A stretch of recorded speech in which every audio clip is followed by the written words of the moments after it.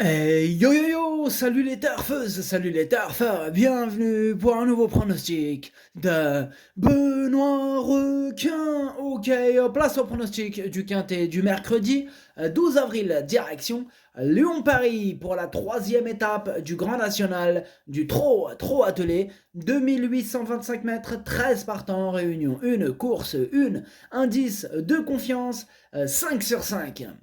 Petit retour sur le quintet du mardi 11 avril, c'est le 10 qui a joué les troubles fêtes et qui en plus était sur ma liste des casseurs de tickets repérés. Ok, c'est parti, on commence le pronostic et on commence avec le numéro 1, Orchestro. Et on écoute l'entraîneur Guillaume Richard Huguet. Orchestro avait enchaîné les courses durant l'hiver avec de la réussite. Il a fait du léger depuis sa dernière sortie sans être arrêté. Il a très bien travaillé en vue de cette course. C'est une belle opportunité en tête. Il est travaillé 2 fois sur un hippodrome. Même s'il n'a pas été revu depuis fin février, il devrait très bien faire. Harlem de Bussy est un sérieux client, mais j'y crois. Eh bien, ce numéro 1, j'y crois aussi, c'est l'un de mes préférés, je l'ai gardé très haut en troisième position. Ce numéro 1, Daisani. On enchaîne avec le numéro 2, Éolien de Chenu. On écoute Christophe Alain Maillet. Éolien de Chenu n'a pas démérité lors de ses dernières courses et a réalisé de bons chronos. Il a désormais besoin de bons déroulements de course pour jouer les premiers rôles. Il a été soigné après sa plus récente sortie et n'a donc pas couru depuis plus d'un mois.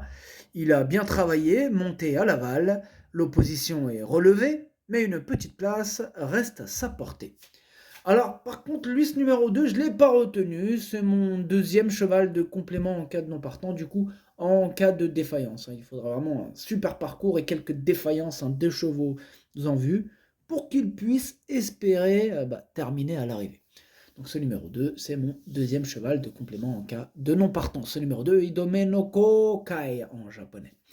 On passe au numéro 3, Fashion Touch. Et on écoute Pierre-Louis à deux sonnettes. Fashion Touch n'était pas au top lors de sa dernière course et elle a dû produire son effort trop tôt. Même si elle est un peu vieillissante, elle est nettement mieux à l'entraînement depuis. L'engagement reste favorable, mais il y a quelques bons chevaux au premier poteau. Je compte malgré tout sur elle pour prendre une place. Ce numéro 3, moi je l'ai retenu assez haut, enfin assez haut, après tout est relatif, mais je l'ai gardé en cinquième position et il me plaît bien ce numéro 3. Il est quand même barré par quelques-uns. Je n'ai pas pu le mettre plus haut, mais attention, il peut tenter de se rapprocher même un petit peu plus. Donc, ce numéro 3, Doi. On enchaîne avec le numéro 4, Jeff de Play, et on écoute Franck Leblanc. Jeff de Play a été arrêté l'automne dernier et va avoir besoin de plusieurs courses pour revenir au mieux. De plus, il n'est performant qu'au trop monté. Il faudra attendre de le revoir dans cette spécialité pour le retenir. Mercredi, il faut l'écarter. Je me déplace pour Gitras de Well, qui détient une première chance. Alors, ce numéro 4, lui, je l'ai carrément écarté pour le coup. Je l'ai rayé. Énorme non pour ce numéro 4. Ce numéro 4 avec Kaku.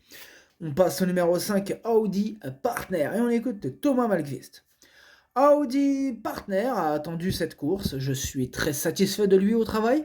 Courir à un mois n'est pas un problème, il a réalisé un bon hiver à Vincennes.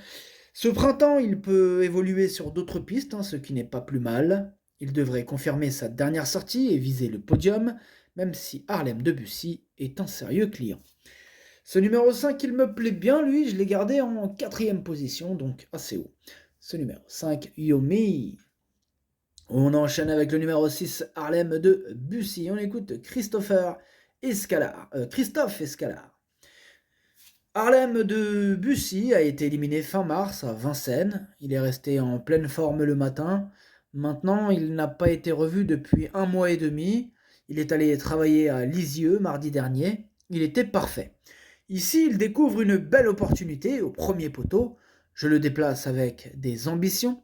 Ma seule réserve demeure dans le voyage, c'est la première fois qu'il évolue loin de ses terres. Et c'est la seule crainte pour ce numéro 6, sinon c'est le cheval à battre. Maintenant voilà, il y a cette petite Petite phrase qui nous a sorti à la fin, hein, c'est la première fois qu'il évolue loin de ses terres. Voilà, il y a le voyage. Donc si ça le dérange pas trop, bah, il a largement les moyens de terminer en tête, donc à la première place. Maintenant, voilà, en espérant qu'il digère le voyage. Moi, ce numéro 6, je l'ai gardé en tête. C'est lui mon préféré. Ce numéro 6, Okiniri. On passe au numéro 7, danseur baroque. Et on écoute Christophe de Groot. Danseur baroque n'a pas été très heureux fin mars hein, pour son retour à Vincennes. Il s'est retrouvé un peu loin dans le parcours. Il doit courir à l'économie et a besoin d'un déroulement favorable. Ici, il découvre un bon engagement en tête. Il a 10 ans, mais il est toujours compétitif. Vis-à-vis de l'opposition, on va viser la 5e place. Moi, ce numéro 7, je ne l'ai pas retenu. Maintenant, question de feeling, hein, il pourrait intéresser les amateurs de champ réduit en cas de défaillance. Et vraiment avec un excellent parcours. Donc, question de feeling. Ce numéro 7, Kiken. On passe au numéro 8, Gaspard d'Angy. On écoute Jean-Michel Baudouin. Gaspard d'Angy a rempli son contrat à Marseille pour ses débuts dans le tournoi. Il est allé de l'avant, mais sera aussi bien à venir sur les autres. Je ne peux pas le déférer à nouveau, mais il sera plaqué. Il y a des 6 ans de qualité au premier poteau, mais je ne pars pas battu d'avance. Il va faire de son mieux, et je le déplace avec des ambitions de victoire. Il vise la plus haute marche du podium, il en est capable.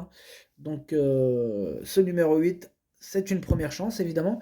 Moi, je l'ai mis en 2e position. Ce numéro 8, Watashi no Nibame no Okinere. On enchaîne avec le numéro 9, Djembé d'Orgerès, et on écoute Guillaume Richard Huguet.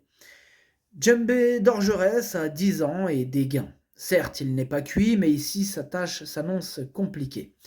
Il travaille toujours bien en ce moment. Je pensais le courir ferré à la base, mais vu le faible nombre de partants, je le présente pieds nus. Il va alterner les 2 spécialités au printemps. Ici, avant coup, la 5e place serait déjà très bien. Eh bien, moi, ce numéro 9, c'est un regret. C'est lui mon cheval de complément en cas de non partant. Donc attention quand même. Ce numéro 9, Kokai. On passe au numéro 10, Eberton. Bon, bien sûr, on n'aura pas les commentaires de l'entraîneur, puisque c'est Junior Guelpa l'entraîneur. Donc lui, il n'est pas parti pêcher, il est parti jouer au poker. Donc là, en ce moment, il est en mode pastille orange. Il met des petites émojis orange, donc il s'éclate.